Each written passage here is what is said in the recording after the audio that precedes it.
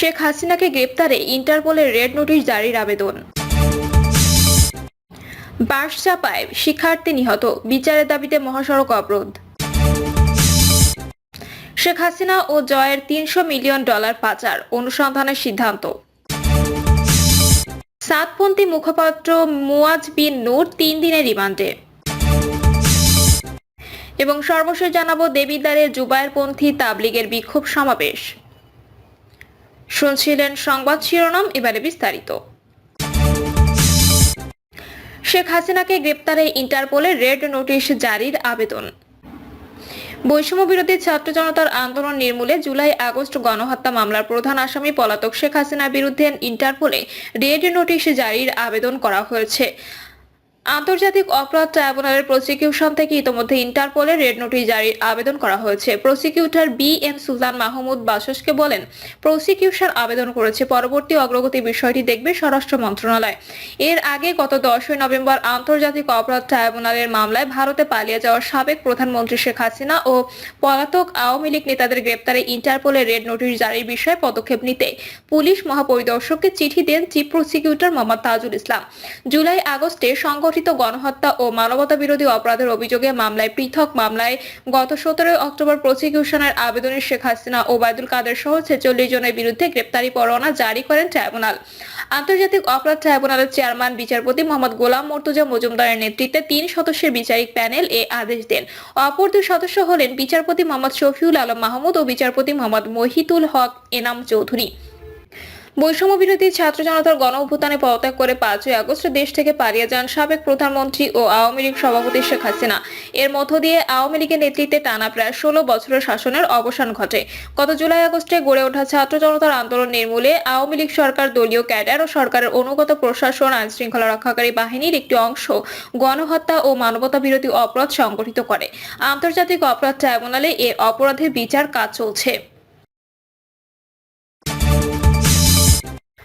বাঁশচাপায় শিক্ষার্থী নিহত, বিচারের দাবিতে মহাসড়ক অবরোধ। সাভারে বাঁশচাপায় প্রত্যয় সরকার নামে এক শিক্ষার্থী নিহত হওয়ার ঘটনায় বিক্ষোভে করেছেন পক্ষাঘাতগ্রস্তদের পুনর্বাসন কেন্দ্রের শিক্ষার্থীরা।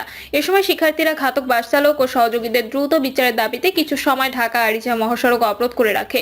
দুপুর 12টার দিকে ঢাকা আরিচা মহাসড়কের সাভারের শিমুলতলা এলাকায় উভয় লেনে শিক্ষার্থীরা অবস্থান নিয়ে বিক্ষোভ করে। পরে তারা 12:30 থেকে 1টা পর্যন্ত ঢাকা আরিচা মহাসড়কের উভয় লেন অবরোধ করে রাখে।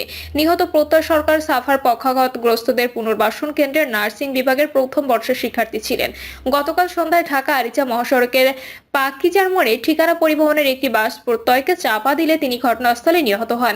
শিক্ষার্থীরা বলেন, দ্রুতগতি ঠিকানা পরিবহনের একটি বাস আমাদের সিআরপি নার্সিং কলেজের শিক্ষার্থী প্রত্যয় সরকারকে চাপা দেয়।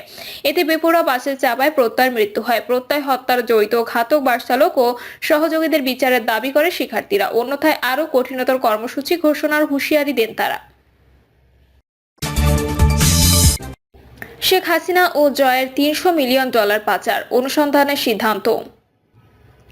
সাবেক প্রধানমন্ত্রী শেখ হাসিনা এবং তার ছেলে সজীব ওয়াজেদ জয়ের বিরুদ্ধে $300 মিলিয়ন পাচারের অভিযোগ অনুসন্ধানের সিদ্ধান্ত নিয়েছে দুর্নীতি দমন কমিশন।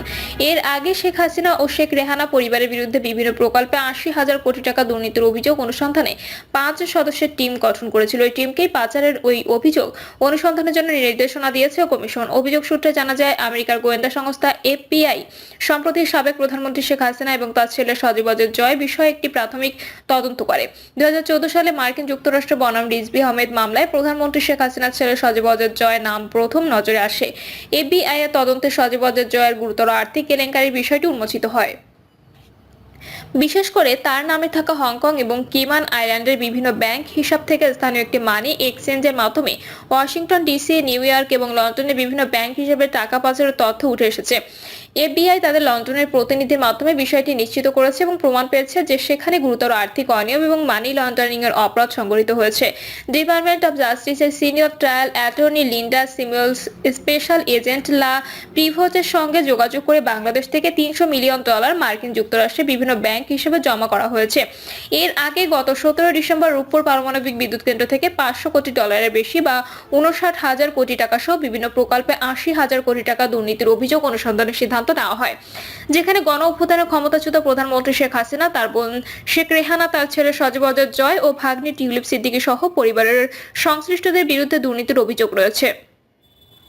অভিযোগে রূপপুর ছাড়াও আশ্রয়ন সহ 8টি প্রকল্প দুর্নীতির তথ্য আমলে নেওয়া হয়েছে। অন্যান্য প্রকল্পগুলোতে 21,000 কোটি টাকা দুর্নীতির অভিযোগ রয়েছে। এরপর 18 ডিসেম্বর দুদকের উপপরিচালক মোহাম্মদ সালাউদ্দিনের নেতৃত্বে 5 সদস্যের টিম গঠন করা হয়েছে।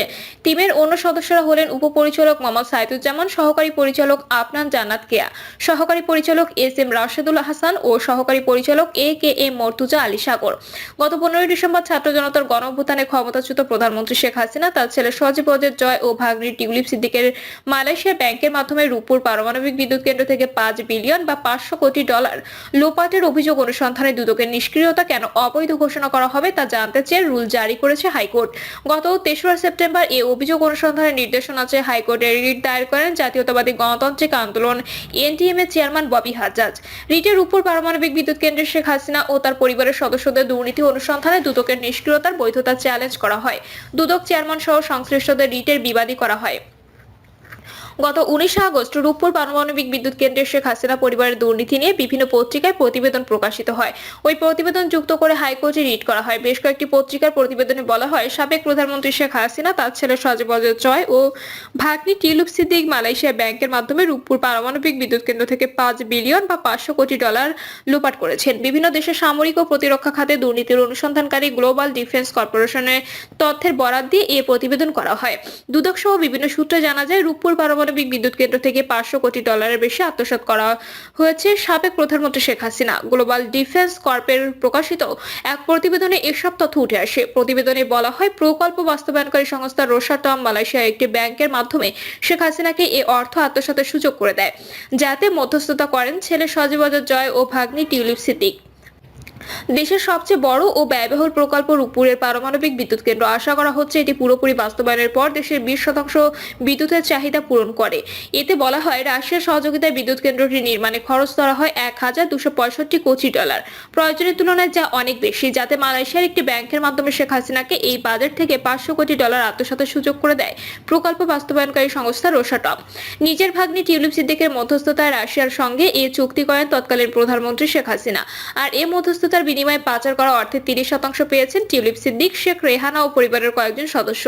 2013 সালে রাশিয়ার প্রেসিডেন্ট ভ্লাদিমির পুতিনের সঙ্গে শেখ হাসিনার সাক্ষাতের সময় সঙ্গী ছিলেন টিউলিপ সিদ্দিক। গ্লোবাল ডিফেন্স কর্পের দাবি, সে সময় ঢাকা মস্কোর বিলিয়ন ডলারের অস্ত্র চুক্তির মধ্যস্থতাও করেন তিনি।